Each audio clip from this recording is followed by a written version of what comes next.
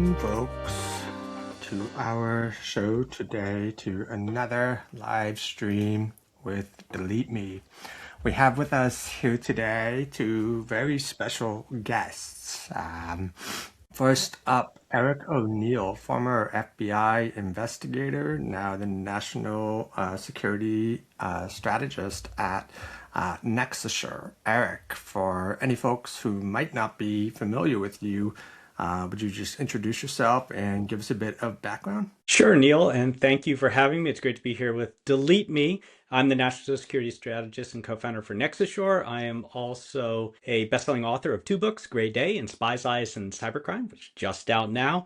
And my claim to fame, as you said, is my background. I was undercover in the FBI. I went undercover in probably the most unique case the FBI has ever run, to go into FBI headquarters and track down and find the information that led to the arrest of the most damaging spy in U.S. history, Robert Hanssen.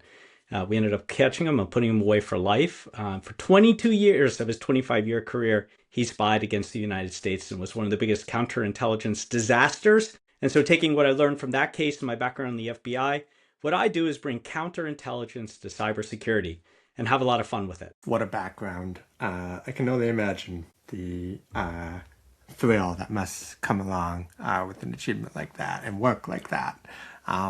Also, surprise guest joined us at the last minute because his schedule opened up. Rick, we're delighted to have you.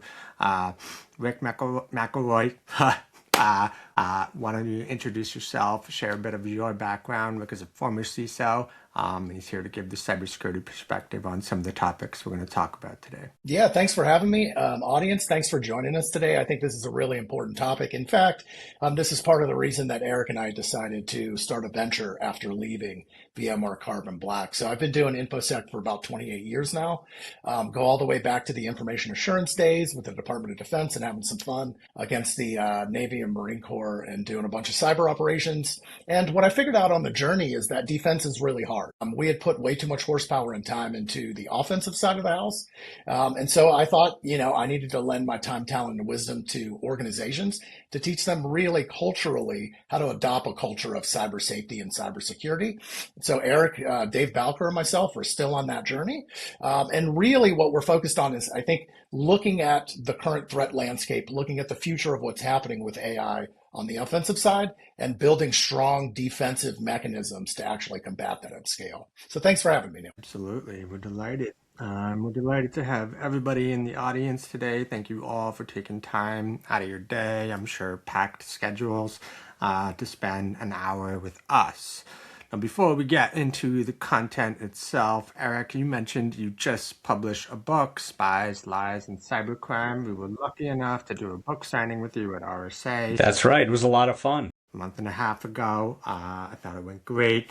Why don't you share with our audience just a bit about that book, what inspired it, and why they might be interested in seeking it out? Sure, authors love to talk about their books. My first book is Gray Day. If you want to be behind my eyes looking at the Robert Hanssen investigation, being undercover to catch him, and the evolution of espionage, that's the book for you. But if you want to really understand this often dizzying world of cybercrime that's happening today, this is the book. I wrote it so that it would be readable. It reads like a spy thriller. In fact, I have some best-selling authors who read it and endorsed it and said it reads like a spy thriller, but the scary thing is it's all incredibly true. And what I do is I use a lot of storytelling, the same way that I speak in front of crowds on stage, to explain cybersecurity tactics and counterintelligence tactics to protect yourself from cybercrime. Everything from an enterprise can use the book all the way down to you and me and your grandma and your kids and everyone in between in order to protect yourself from these attacks. So I hope everybody checks it out. If you really like my voice, I also record the audio version. So it is available wherever books are sold. That's great. We did share the link with folks. If you click that link, you can jump right over and get yourself a copy. Okay, let's dive in. We're talking about deepfakes. We're talking about spear-phishing today and how quickly things are really evolving today with the advent of some of these new LLMs and just AI, different types of AI tools that are changing the game for both defenders and threat actors. And really perhaps, lowering that barrier to entry, right? So on that topic, Eric, right, you spent months at the FBI and you would meticulously, build undercover like legends about people, but today, an attacker or any kind of malicious actor can scrape PII, they can use LLMs, and they can build full detailed dossiers overnight, right? Or really in a matter of minutes. It's a little staggering what's possible. And from your perspective, how has that changed the game? What's the fallout that we're looking from this? Yeah, there's a lot to unpack there. First of all, AI has changed everything for everyone. AI, and in particular agentic AI in LLMs, is making everything we do easier. It's helping us do research. It's helping us become more informed. It's changing the landscape of work. It's also changing the landscape of how our kids learn and how we perform our job functions. But for every AI we use to do the things we do, cyber criminals are deploying AI of their own. And their AI has no guardrails or safeguards. It will do any depraved, malicious, evil thing that they ask it to with a smile, like a happy little evil puppy that does anything they ask. It's like depravity at the push of a button, including creating code, including doing, like you were talking about and alluding to, Neil, reconnaissance. There's your spy term, reconnaissance on a target, or even learning about who could be a good target. The AI can look through social media to find somebody who's lonely and might be subject to romance fraud, who has financial difficulties and might be subject to pig butchering, who, for example, is going to be on vacation or away or has any kind of flaw or issue or problem that they can use to attack. And the other side of it is, even as much as they learned about the person, they've crafted the perfect attack, and they can do it in minutes or seconds using AI. Now they launch these attacks using old school tradecraft like impersonation attacks or confidence schemes against individuals in a modern environment using the anonymity of the internet in order to fool a person. So what do I mean by that? Most of these attacks using deepfakes, which is what AI is helping attackers do, are impersonating someone that someone knows or trusts or believes they should trust. So in a business environment, we're seeing a massive upscale of attacks where you have your old CFO attack where the CFO's account is compromised, and the finance person gets an email from the chief financial officer saying, send this wire immediately or we're going to lose this huge project. There's urgency. There's this sense of confidentiality. There's this has to happen right now. And people still fall for that. That's still like a $49 billion crime. But imagine this. Today, what attackers are doing is the finance person gets a phone call and it's that CFO's voice telling them right now, send the wire. I'm going to wait online, right? I'm going to wait here on the phone until you send it and you verbally tell me you've done it. Or even better, videos. In the book, I tell a story about a company that was scammed out of $25 million because a finance manager in Hong Kong received an email to join a Zoom conference and thought he was talking to the CFO and two people in finance and two people who were partners in this new endeavor, but really was just talking to an entire virtual room full of AI deepfakes created by a Chinese cybercrime gang to fool this guy into sending wires. He sent 15 different wires over 2 weeks to the tune of $25 million. And that's what we're up against right now. Not a single line of code in the attack, not a single use of a computer to attack a computer. It's using a computer in the anonymity of the internet and deepfakes that we trust to fool a person into doing something that inside they probably should know that they shouldn't do. So part of what I do on my platform, what Rick and I do, and what you do with Delete Me in cybersecurity is give people the tools to understand when these attacks are coming and what you do about it. Yeah, I think that, that the staggering pace, right, and the velocity of some of these threats, and the urgency that we see and that we all have to, feel and react to in the workplace, just as part of our day-to-day jobs, really adds to the problem, right? Which leads me right to my next question, right? Given the speed of both the threats, the automation involved, as well as the cultural urgency that we create within companies, Rick, how's like call it kind of a less resourced security practitioner is supposed to be able to handle this, especially when you talk about maybe like a mid-sized company where you're talking about 100 to 1,500 employees, where they may not necessarily have a massive security team behind them. Yeah, I think there's a couple of different swings at this, right? So one, I think if you followed any of my discussions, talks, programs that I've built, over the last 25 years, I really focus around education and the people themselves, right? So I think that can start simply. We do know that volume and scale is going to be a problem in the AI era, but identify those high risk groups first. Who are those going to be? Executives, right? They have public profiles. If I hit them or blackmail them using some sort of deepfake, hey, that's going to be more impactful than if I'm just trying to get inside of your environment, right? Secondarily, your finance team. Who has keys to the kingdom to send wire transfers? Those are two great places to start. And I would say, I don't know that you necessarily need to start with a technology investment here, right? I think what you do need to have is a conversation about their processes, their workflows, and then figuring out the points at which humans can interrupt the attack patterns coming from the adversaries, right? So in almost every case, when you go interview folks, they will tell you, if I would have just waited 90 seconds, I probably would have recognized this was attack. Yeah. Right? So Eric talked a little bit about one of those tactics, which is creating a sense of urgency. Like, this is an emergency. I'm telling you to do it. I'm your boss. So you need to do this right now. And they understand how to manipulate psychologically the human, right? Well, we as humans, I think, need to be smarter about recognizing that pattern and just building in a 30-second, a 60-second, and a 90-second interrupt. One of my favorite ways to do that is to have a challenge and passphrase, right? So if it comes to something like a wire transfer, let's put a challenge, a two-way system that only myself and perhaps the CFO and CEO know about. We never write it down. It's never recorded digitally, but we know that this exists for these types of things. Now, look, I can tell you that at NetraSure, we've put something like this in place. We've seen an increase in the number of phishing attacks, and certainly we're very public. I mean, we're out here talking about this stuff. So, and we also know that we have access to, critical information from our clients that we're providing. So I think for us, like, it's a very simple, it's a very low cost.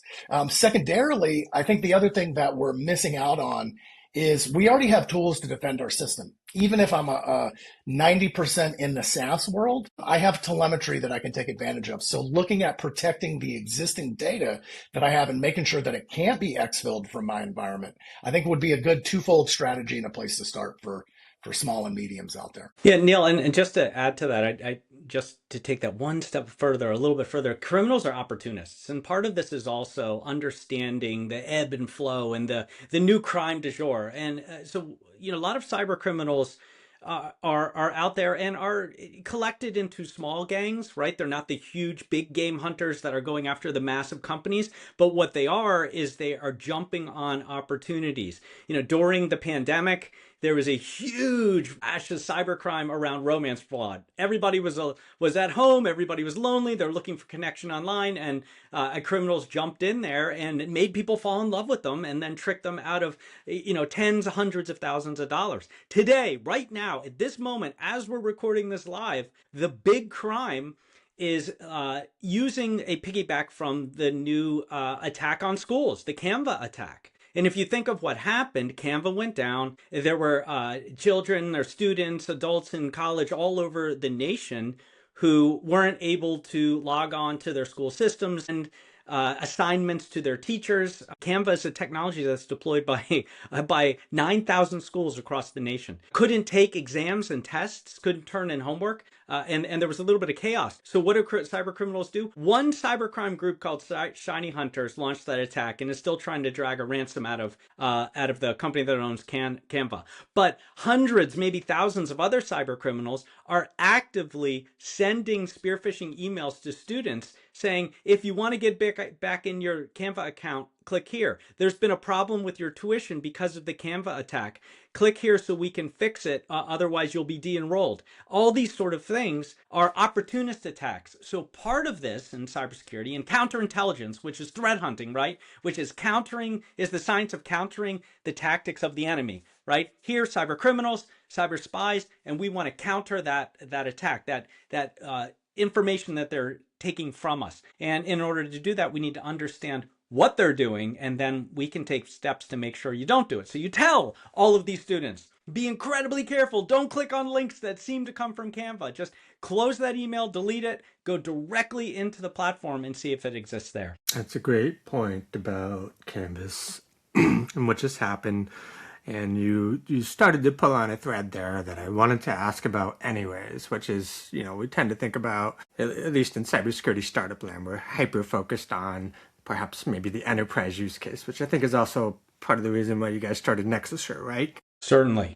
But let's explore this. For you talked about being opportunistic, and I agree. There's different types of hunters out there. Some of them are big game hunters who really want to get into those Fortune 500 or Fortune 50 companies. But let's break down and explore what are the reasons that a mid-market or a small company might be a more tempting target for any threat actor. Yeah, and you know what? That's a good point, Neil, because I was very careful in writing my new book to scale it, right? So you can get just as much out of it as a kid in school who wants to know how to protect themselves when they go online, as you can a CISO who is running the security ops for a Fortune 50 company.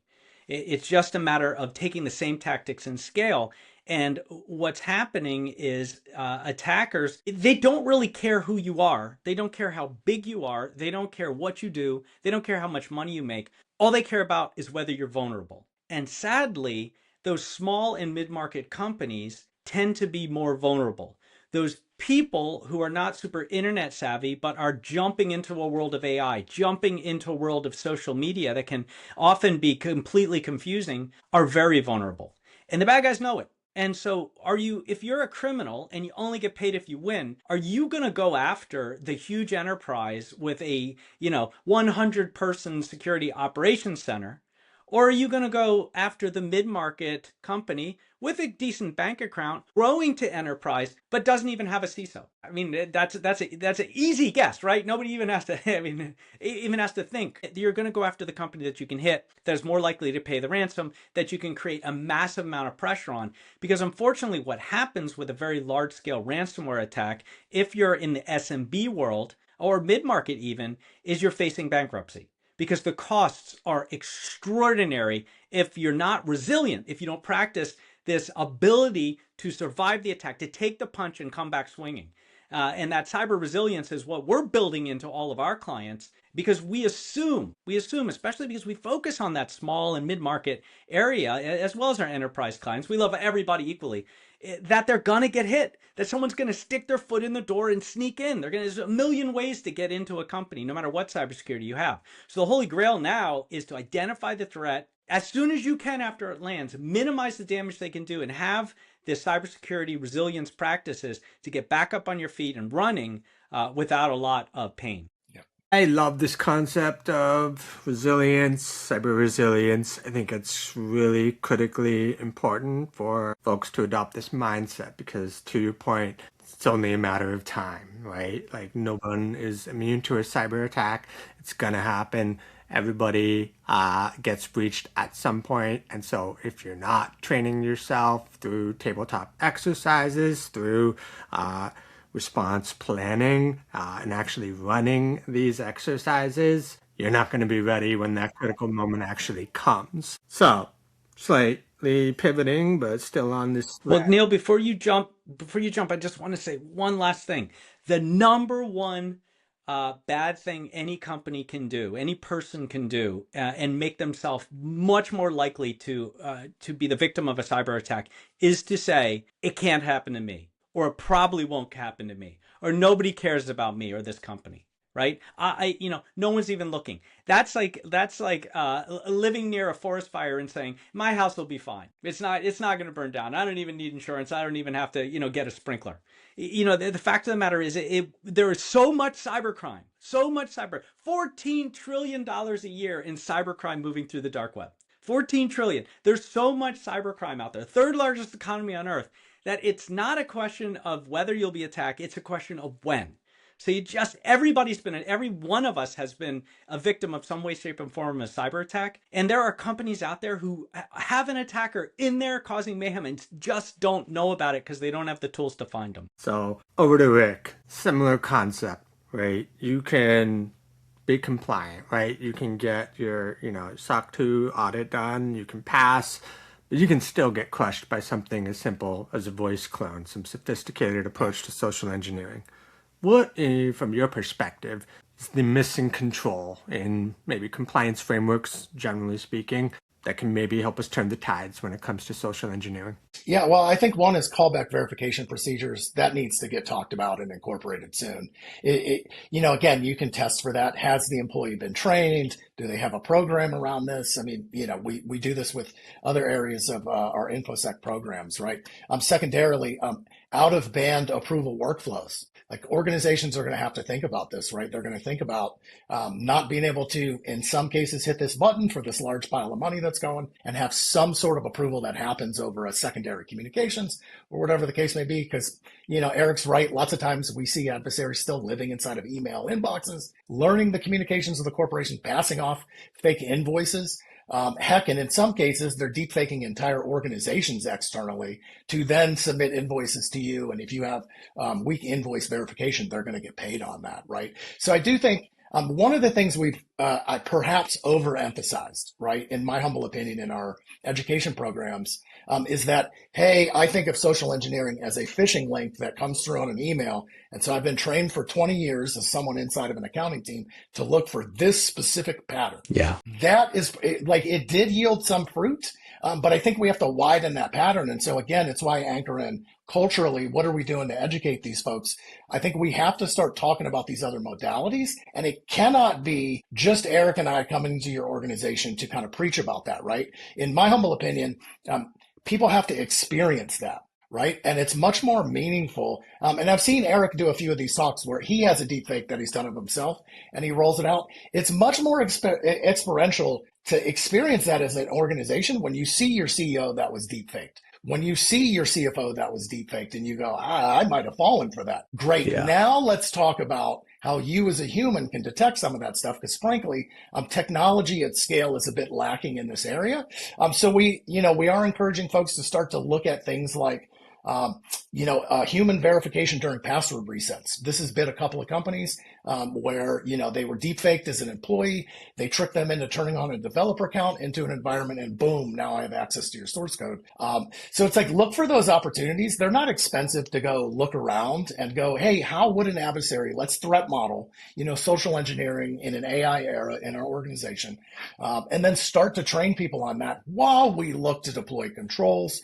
And again, hopefully weed some of this stuff out as it's coming across, our phone systems, right? And we start to see improvements from some of the major manufacturers there. Yeah, you can have a lot of fun with deepfakes when you're a keynote speaker. You get a break, your deepfake pops up, it looks just like me. It's my voice because I cloned my voice. It says whatever I want to say. Just, I can sit back, grab a drink of water, relax, check out the crowd. When I speak internationally, this is kind of fun. What I do is I use my deepfake clone, but I use my voice in their language. Wow. So I write what I wanted to say, and the AI uses my voice, this voice right here, but speaking that other language. And it's so uncanny that sometimes afterwards people come up to me and ask, do you speak Portuguese? Do you speak German? Do you speak, right? Because the deepfake, not only the fidelity of the video, but the perfection of the voice and then translating to to any language you want it to speak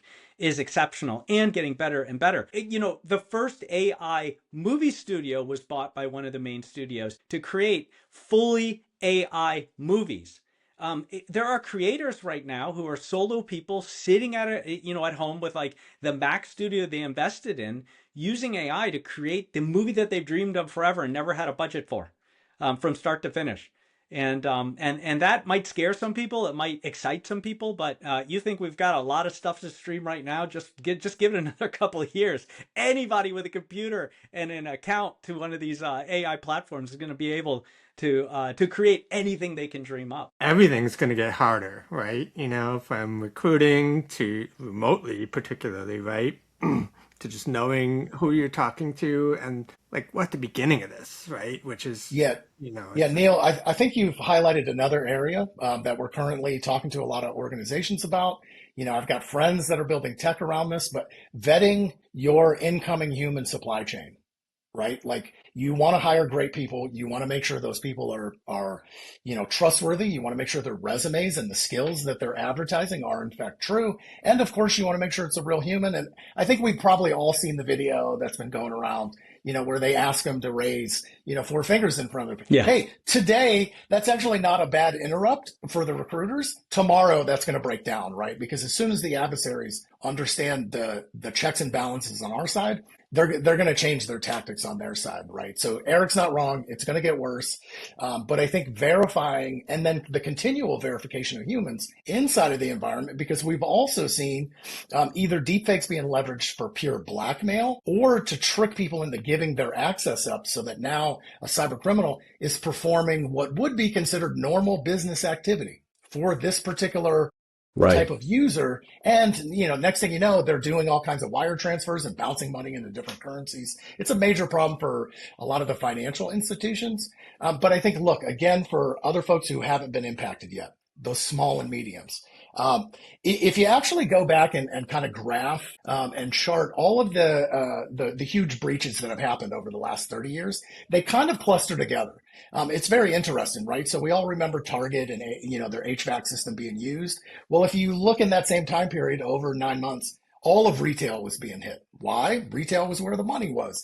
And then you started to see Bank of America, Wells Fargo, all of the major banks start to get hit in clumps. Now what we've seen recently is the construction industry and the engineering industry starting to be hit. Well, why is that? They're adopting new tools. They're adopting AI. They're bringing robots to bear on. So all of these things create an increased threat surface. And the folks that are in that industry haven't been trained. Right. So when we go and talk to them, it's just like, oh, you actually need some folks to just come and talk to you about this because you're unaware. And now you're adopting things that could do real physical harm or real safety harm in the real world when I have a combine that I can just take over and drive wherever I want. And this has happened a few times. There have been cyber criminals and terrorists. There are cyber terrorists out there, and they seek to attack critical infrastructure. And they're not just trying to deny critical infrastructure, but actually turn things on and change things. I tell a story in the book about a water treatment plant that was allegedly, because the FBI won't confirm or deny it, but taken over by a cyber criminal, and he was able to change the levels of lye. Now it was caught by controls before the lye increased, but it would have been toxic to people's skin. So imagine putting your baby in a bath and everything starts to burn. So these are the kind of things that criminals can do, and also foreign intelligence services who want to do us harm.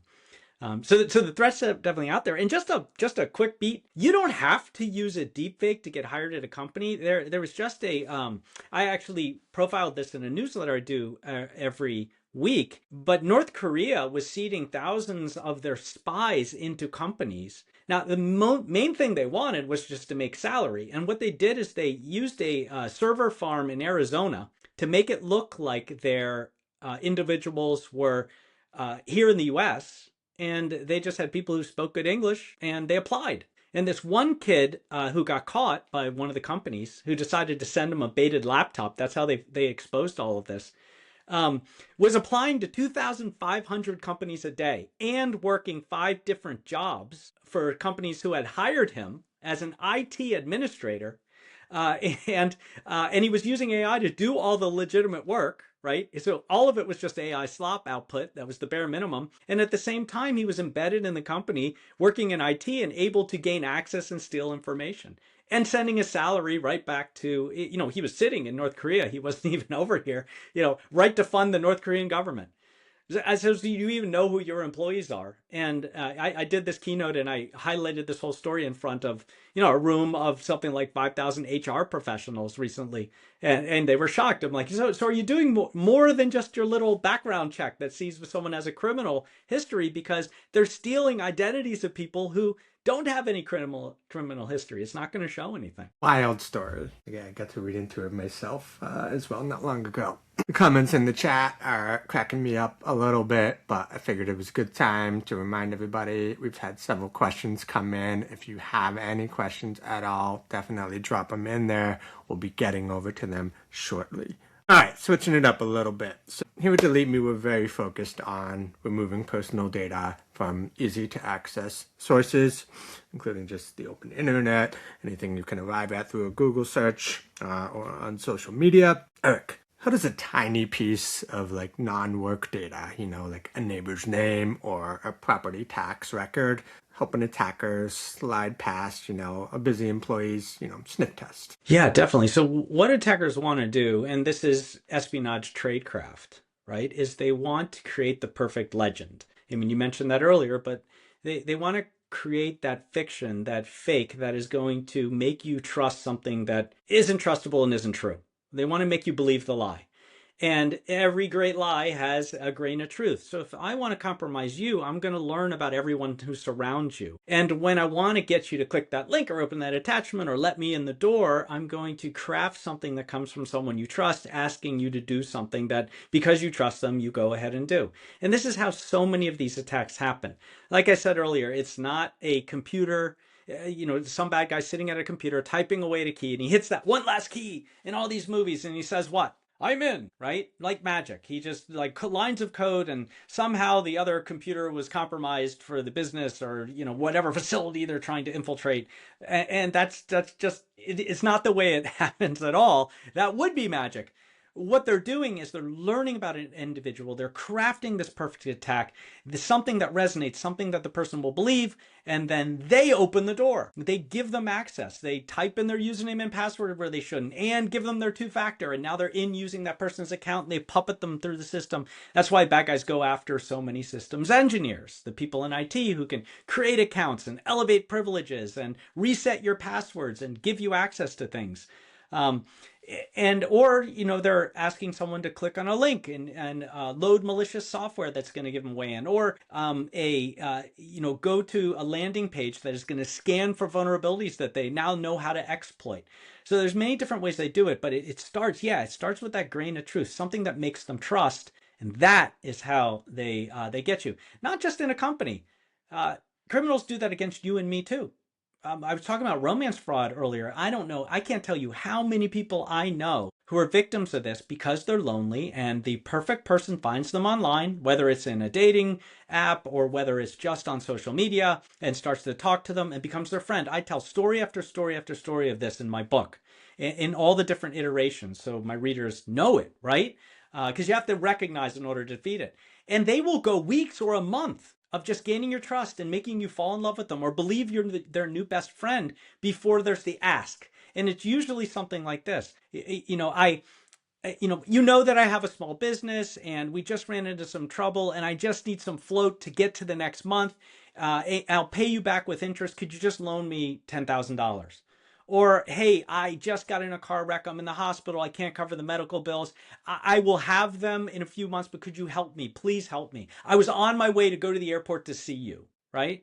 This urgency, like you got to send me money, and they do it. Or, hey, we've been friends for a while. I got this investment company, and if you just invest a little bit of money, I will make you a millionaire. Just give me $1,000, and I will show you that money will rise 300% in the next month. And they show them fake websites where their money is just growing. I tell the story of a grandfather who lost his entire pension, old retiree, 300,000 pounds. To an investment scammer who he thought was his new best friend, that he'd been talking to, on his phone, even phone calls and in emails and texts for months before he lost everything.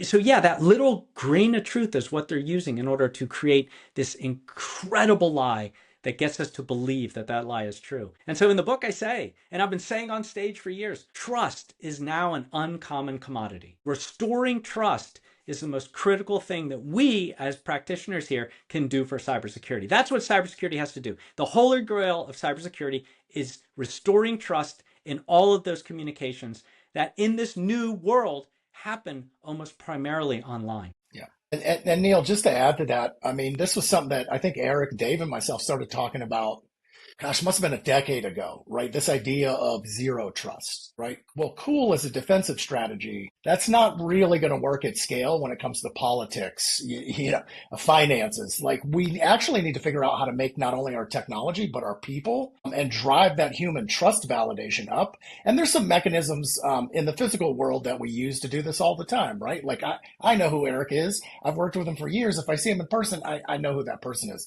Digitally, it gets very vague and foggy, right? And so I think, again, starting to train ourselves, starting to train our children, and certainly, and this is a group of people we wanted to highlight, certainly our parents and our parents' parents. Senior citizens are getting taken advantage of at a massive scale across Yes. the country. And it's annoying. Why are the cyber criminals picking on them? They're a little less digitally savvy than the rest of us. And we have to keep that in mind, especially as we're in workforces with 4 or 5 generations that work for that organization. We have to think about varying how we do our education, that outreach to them, and again, making it something that they can experience, feel, whether that's, fakely putting up that, we've stolen their data, which, people do for executive teams to show, that sense of urgency when it goes on Twitter, right? So I think just to highlight, again, those kind of vulnerable groups, and then really think about how we as practitioners do drive up that trust level, not only in systems, but amongst our partners, our third-party ecosystems. To your point earlier, why are they going after small mids now? We have spent billions of dollars in enterprises to protect them. The U.S. government has spent billions of dollars, and it's not to say anybody's perfect, but that is a hard target. I mean, trust me, I used to, red team them, right? It's going to take you a lot longer to get your return on investment. Well, if I care about return on investment as a cyber criminal, I want the fastest path to get money. I'm going to pick on the most vulnerable, and that's kind of what we see both organizationally and with people. Yeah. One thing to add there, today, because of all of this, because trust has become the most uncommon commodity, and we're desperate to find out what we can trust. Part of this is kind of knowing whether you're going to be in trouble. And so for the last number of years now, I've been saying that you can't get by just with some training and as an individual, right? And some understanding of the attacks, and install some good cybersecurity on your computer. You have to know whether you've been compromised. And so I've been also saying you got to get some sort of monitoring. It has to happen. You have to have that early warning system that says this account's been compromised before it's used against you, or your identity is for sale, or your credit card information is sitting here and it's being used, and someone opened a mortgage in Nebraska, and you live in Washington State. You have to be able to see this so you can take steps quickly before it compounds. And I tell a story in the book of a kid. He was going to be the first kid in his family to go to college, and he was going to do it through the GI Bill. And so his whole plan was to get into the military, and he was going to go through, and then he had talked to the recruiter, and he was going through the whole steps. And that family was really excited until they ran his financial background, and they found that he had one of the lowest credit scores possible. And it's because as a child, his identity was compromised and stolen, and had been used and bartered and exchanged, and he had massive amounts of debt that the family didn't know about at all. And of course, all that energy that would have taken him to college, he had used to hire lawyers and to get out from under it, and it was devastating. And a lot of us don't even think that our kids also have identities and they're pristine, and the bad guys know that we're not looking. No one's pulling the Equifax report for their children. Well, I am. I have identity for everybody, but most parents aren't doing that, and that's sort of, in the FBI, that's counterintelligence. It's always going out and finding the best and most information we can in order to stop the adversary.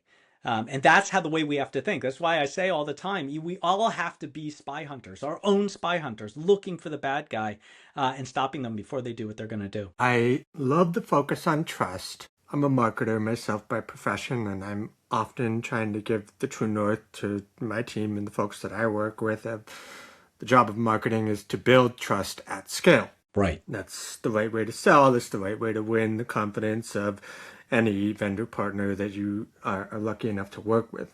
But let's double click on this concept of trust, and specifically, how can we prepare ourselves to pattern interrupt those, misplaced trust, right? I want to jump into, and let's start with Rick here. What tactics, what techniques would you use to detect a deepfake being deployed against you? And then I also want to explore secondarily, how would you prevent this stuff from happening in the first place? Yeah, well, I mean, I'll give you a recent example because this actually just happened to me. A person I used to work with and worked with them for like 10, 12 years hits me up.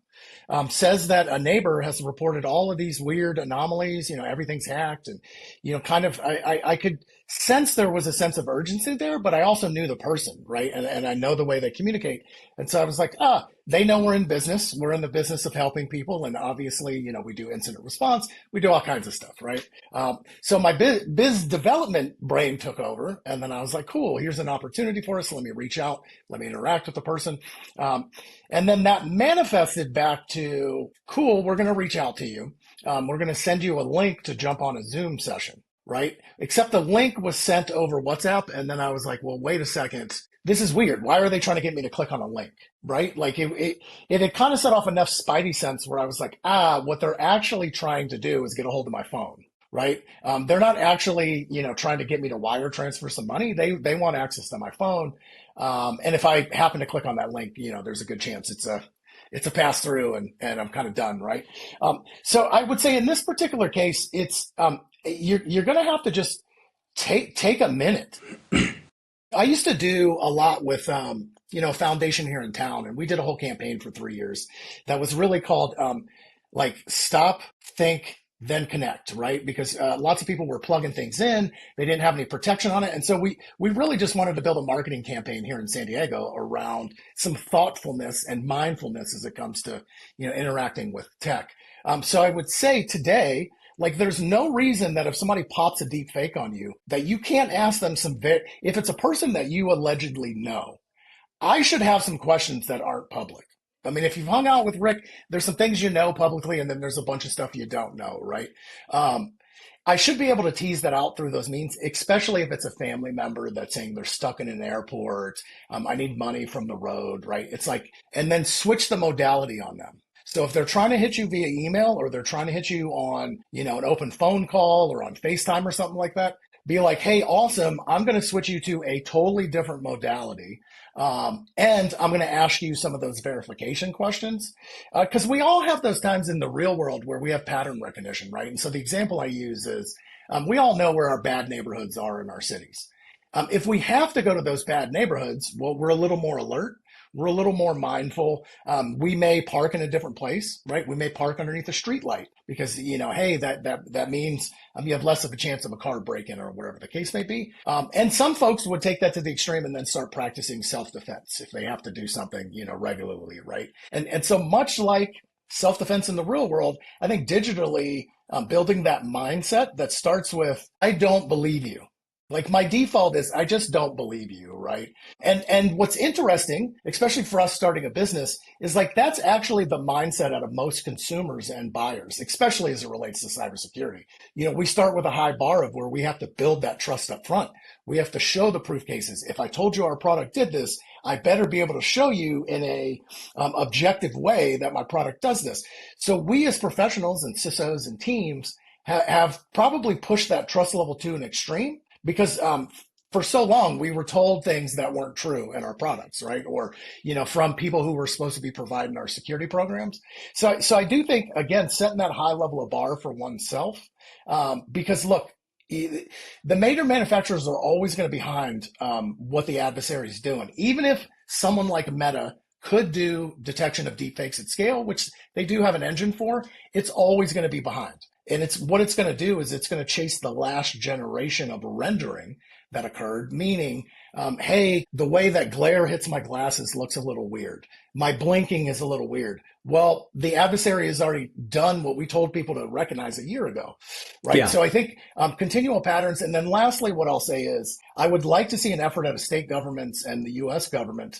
I know click it or ticket. is a big thing. We all know what that means. You're either putting your seatbelt on or you're getting a ticket, right? It's good for your safety. It's good for your life, all of these things. I'd like to see an effort nationally and both at the state level to help us market some of that. Because to your point, Neil, to reach the masses, it's not going to be an individual conversation that Eric and I have with individuals. We as an industry need to figure out that this is a major enough problem where we need to start educating folks. And I appreciate, commercials and ads that run from folks like Delete Me and other folks highlighting that problem. Yeah. But I'd like to see some state agencies behind it because I think it'll again land as a little more trustworthy than if it's coming from a vendor, right? Yeah, and the bad guys will find any way to get paid too. There's this crime going around right now, which uses a lot of the things that Rick is warning against. Right, this sense of urgency. They don't want you to get off the phone. They want to make sure you stay engaged. They don't want you to go seek help. These are all ways that you can spot the deepfake, even if the fidelity is amazing, even if the scam is incredible and really has you scared. If you get a call from someone or you're seeing a video from someone and you're very scared and there's incredible urgency, do this or you're going to get arrested by the IRS. Do this or we're going to foreclose on your car. Do this or we're going to triple the ticket and next time you get pulled over, you're getting arrested, right? That urgency is a clue that that this might not really be the government agency coming after you. That this might actually be a scammer who doesn't want you to stop and think because they want to scare you. One of the best things you can do for someone who's not very internet savvy, and maybe that's your grandfather, or maybe your grandfather knows everything about the internet, maybe more than us, but right, but or a teenager especially, because they are huge targets of attack and they're online more than all of us put together. Is have someone they can reach out to. I happen to be, I bet, Neil, you're the same, and Rick, I would bet you're the same person, right? In all our families, we're the people that everyone calls anytime they have an inkling. And that's good. That's a role that somebody in the family has to take, right? The most IT-enabled person must take it. The person that, my dad can call 3 times a day and say, I received this email, and right? That's what you need in every family. Because, look, here's one of the attacks. They get you on the phone and say it's that IRS scam, and you're going to get arrested if you don't pay this fine that you didn't pay. And they will literally stay on the phone with this poor person, and this happens time and again, as they go to their bank, withdraw $10,000 cash, and then they're still on the phone with them, right? Drive to a nearby gas station that the criminal tells them to go to, where there's a cryptocurrency machine, and then they give them the digital wallet they want them to deposit the $10,000 into, which, the machine is going to transfer it down in the back end into cryptocurrency and then put it in that criminal's digital wallet. And what they say is this is the only way you can get the fine paid fast enough so that you don't have an enforcement action tomorrow morning. And people will literally go do it. So every time I walk around and I see a cryptocurrency machine, I put on it, if someone asks you to deposit cash here, don't. Put a little sign. Yeah. That's great advice. Now we have to get to some of the chat questions because Please. Otherwise we're going to be totally out of time. So let's go to a question from Emily. She wants to know, our organization has a public-facing figure, and our followers and our donors have been spoofed by impersonators of our figurehead, asking them personally for money. What advice do you have for how we can educate or warn the public, our followers? I think I would start with just a quick highlight of what's happened with hacktivists in and of themselves, right? So when the phenomenon of hacktivism kind of got framed, it was really framed around a couple of groups, right? One of those major groups was Anonymous. What was Anonymous known for? Giant distributed denial of service attacks, right? So what we'll refer to as a nuisance attack in the end, because I knock you offline for a little period of time, I make some big splashy headlines, I drive my political message, that way, right? Or website defacements was another big one we saw in the early 2000s. That has changed. This is now morphing into physical threats in the real world, right? So you've seen executive teams across the globe rapidly build executive protection, bringing in threat intelligence to bear on this. Is there a campaign on the dark web? Is somebody trying to, propose some sort of attack, both physically and digitally? And so I would say in this particular case, it's going to be a balance. Look, I'm a pretty, publicly available CEO too. And so I think there'll be choices made for the exec team. Now, that being said, I would also take some strategies internally to my organization. One of those strategies may be that Rick McElroy never has a named account inside of my environment. Now, I'm not going to tell you that NextAssure has done that or not, but we possibly have. So starting to use pseudonyms for individuals in my organization, that way there's not a direct tie between that public information and the private information inside of my company. Secondarily, I would say if you are an executive who has taken this posture, it's probably a good time to bring a red team in both to your organization if you haven't. And you're going to want to look at that home footprint, right? Because oftentimes, if I can attack you at home, if I can get to your home gear, that gear is going to make its way into the corporate systems. And then lastly, what I'll say, and this is a tough one for small and mids, removing yourself from the loop of financials in your organization, right? So making sure that there's a check and balance to who can actually do that if your account gets popped. Multi-factor authentication, those are all still strong things, but you're going to want to limit your own attack surface there. Yeah, and just to add, Emily, this is a great question. This happens to political figures, social media influencers, every Hollywood actor. A woman in France sent a scammer pretending to be Brad Pitt, over 300,000 pounds.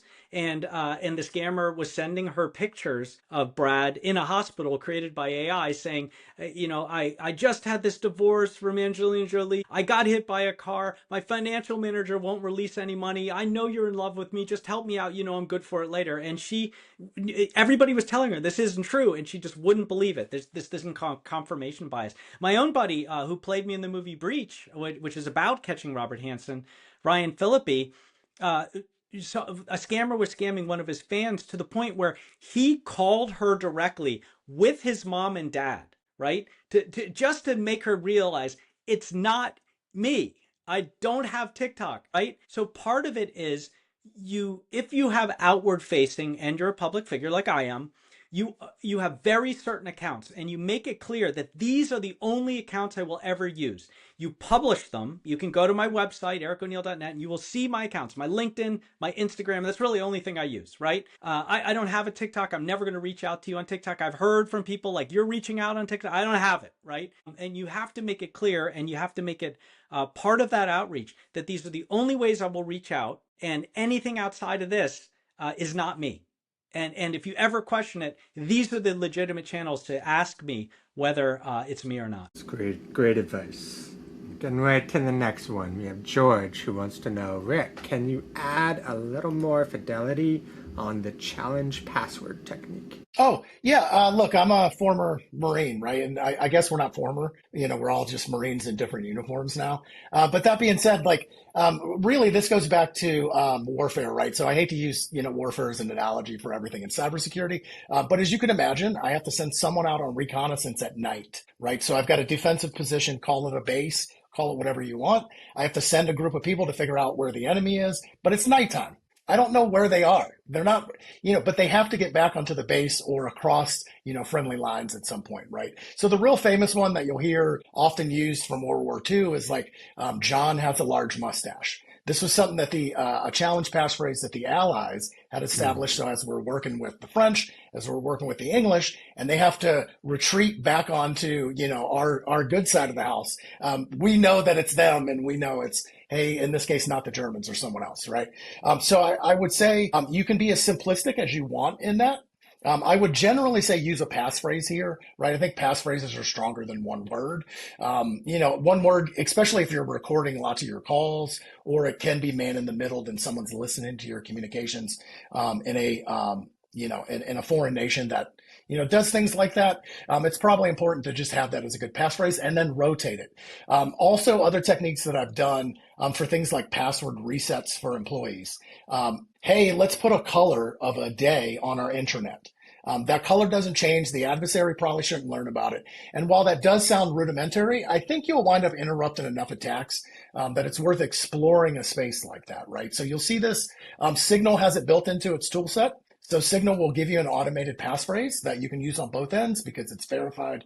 Hey, if Eric has Signal and it's deployed on his phone, well, it knows cryptographically that it's Eric on his phone. Same with mine. There's a handshake. It's now encrypted, and we have a challenge passphrase that we've worked out, right? And that's about as strong as you're going to get with that today. So it doesn't have to be, something super crazy that people can't remember, but a passphrase that you remember, and don't make it like your brand and logo tag, because that's a little easy to guess, right? So something unique to you and the 3 to 5 individuals that would have that type of interaction. And then I would tell you for the workflows, vary what that passphrase is. So have one for your accounting team for those times where you need to release it, and for other teams, work out a different. It's great stuff.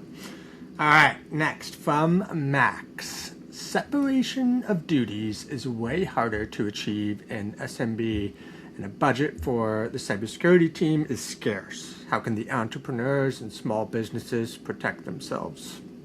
Yeah, certainly. You know, that's it all comes down to budget, right? I have budget for IT, and do I have security? Well, you know, that's part of what we do. You don't have to have a whole security team. And if you're small, you probably can't afford it. You do have to have some rudimentary IT or someone who understands it. But you do have to have security. And you can't just buy something off the shelf and install it and think, I'm good to go, I'm safe. Because that's not how it works. As we've been speaking about this entire last hour, attackers aren't using computer systems to get in. They're fooling your people. They're fooling you. I right in the front of my book, I tell a story about how I was almost fooled. So I can say if it can happen to me, it can happen to you, right? So what you need to do is, as you're growing, you're going to have to get a vulnerability assessment. And you come to a company like ours at NexusShore, and that's what we do. We make them cheap because we want you as a client, and that is how you can learn where all of your vulnerabilities are, where your problems are, the things in security that you haven't even thought about, how subjectable your employees are to being attacked, and everything around that. And you get a nice report, and you can see where those seams in your security, where the flaws are that could be exploited by a bad guy. And it's kind of color coded. Like, these are the things that are the most critical, all the way down to you can kind of wait on these. And that allows you to tactically deploy cybersecurity in a way that fits that budget, that little bit of budget you have left after IT, right? Because you don't need, everybody doesn't need everything. It's a bit, we'll look at, like, what's the risk against you? Where are you? Who's coming after you? What business are you in? Are you more likely than not to be attacked by these different kind of attacks? And then build that cybersecurity that works for you.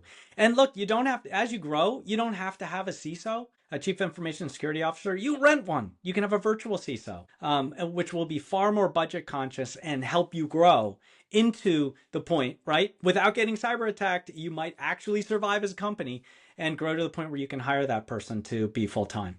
And we'll get you there. Great stuff. And I just got one more question I want to get to, because this one's kind of interesting to me too. I hadn't thought of this. This is from Caitlin. She's asking, can you speak to the volume of calls that everyday people receive where the caller just hangs up? She said that sometimes it's mass bot calls, bad actors doing it to just capture your voice. Yeah. Well, this also happens on the good side of the house, especially if you look at MarTech stacks and sales process. Is that person real? Is that phone actually alive? So someone is brokering that data, right? And this happens on the dark web all the time. In fact, there's entire groups that their only job is to, like, steal information and then sell it to other groups to leverage for the attack, right? So part of that, and especially with spam calls, is if I have a phone list that I'm trying to sell to someone, well, I have to verify that that phone is still a real phone number, that the person associated with it is, in fact, the person still associated. And then there's one other piece. When do you answer your phone? Right? So the other thing they're trying to do is some sort of behavioral detection on the individual, whether it's a laptop, whether it's a phone, whatever the case may be. How do you interact with it? Are you busy from 8 to 5? Do you suddenly start answering calls between 6 and 9:30? This becomes interesting to me, right? When is your phone busy? All of that stuff are data points that I would use for reconnaissance to then have better efficacy when I actually launch attack against you. Yeah, phones can be, there's text too. Let's play with that for just a second, right? When you get those texts that say, hey, or I missed you at the barbecue, or are you coming out tonight, right? It's nonsense. It's not a wrong number. They're not trying to see if you forgot the barbecue. They're trying to see if you respond. And that can help. One, as Rick said, they know it's an active number and here's a person that we can attack, right? And they might sell that. Or they're trying to see if you're polite and engaged and lonely, right? And willing to continue the conversation through text and then move it to phone and then move it to FaceTime and create that bond with this person who is going to pretend that they're your closest friend or your new love paramour and then scam you out of a lot of money. So be careful with those texts too. Just delete it if you don't recognize it. It's good to be polite, but not to those texts at all. Heard it here, folks. Don't reply to the texts that we're all getting. All Yes. right. We are at the hour. Do want to just give a quick shout out. Delete Me, if you haven't heard, is for both consumers, both for businesses. Please check us out. Earlier this year, we acquired a company called Block Party, which extends some of the privacy protection that we offer to social media platforms as too. Any folks, any businesses who sign up for our service will also get free access to Block Party as well. So if you haven't checked it out, please do so.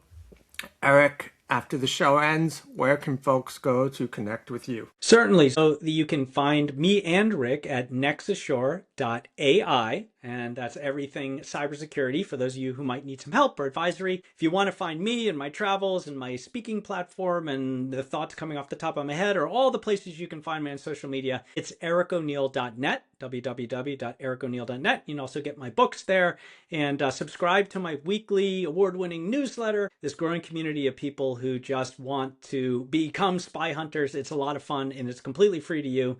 And you can subscribe right at the top link on my website. And please do get my book, Spies, Eyes, and Cybercrime, everything we talked about. If you like the stories that I was telling here with Neil and Rick, you will love this book.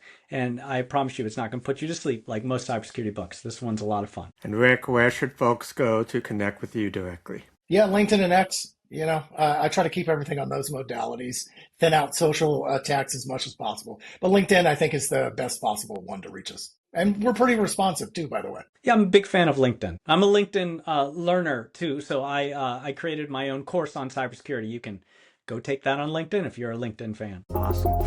That is a wrap. That's our show. Thank you again, gentlemen, for joining us. Thank you to our entire audience for joining us as well. We will catch you on the next one.